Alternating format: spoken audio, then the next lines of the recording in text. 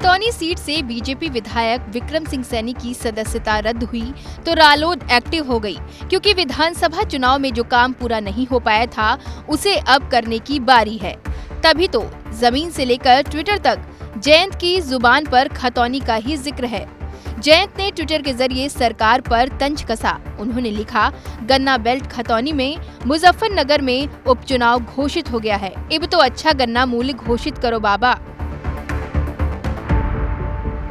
जब 2022 के विधानसभा चुनाव हुए, गठबंधन की तरफ से ये सीट रालोद के पास गई थी, जिसमें रालोद के प्रत्याशी करीब 16,000 वोटों से हार गए थे।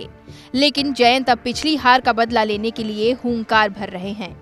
देखिए, लोकदल पिछली बार भी लड़ा था गठबंधन में और मुझे उम्मीद है कि चुनाव चिन्ह लोकदल का ही होगा और प्रत्याशी दमदार होगा। हमारी तैयारी पहले से चल रही थी। जब लोग मना कर रहे थे कि नहीं चुनाव नहीं होगा, नहीं लोग जो कानून है, स्थापित कानून है, उसको स्वीकार नहीं रहे। लेकिन देर सवेर ये साबित हो गया, देश में नियम कायदे कानून है, संविधान है, वो ही लागू है और उसी के दायरे में सबको रहना है।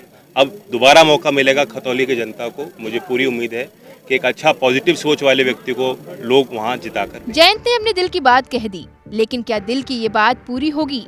क्योंकि खतौनी में उपचुनाव घोषित होने के बाद सपा की तरफ से भी एक बयान आया है। खतौली में भी समाजवादी पार्टी चुनाव लड़ेगी और वहां पर भी हम लोग चुनाव जीतने का काम करेंगे। चुनाव के बाद 8 दिसंबर को आप देखिएगा कि समाजवादी पार्टी का हर जगह परचम फहराएगा। खतौनी की सीट पर कौन लड़ेगा, ये अखिलेश और जयंत को तय करना है। जयंत की उम्मीदें इस वजह से बड़ी हैं क्योंकि पिछली बार उनका ही प्रत्याशी मैदान में था और जिस दिन आजम खान की सदस्यता रद्द हुई थी, उसी दिन से वो खतौनी की सीट को रिक्त करने की मांग को लेकर मोर्चा खोले हुए थे। और अब जब सीट खाली हो गई तो सामने फिर नई चुनौती है। बता दें कि खतौनी में 5 दिसंबर को मतदान है। 10 नवंबर से नामांकन शुरू हो जाएंगे और माना जा रहा है कि बहुत जल्द सपा गठबंधन की तरफ से प्रत्याशी का ऐलान भी हो जाएगा।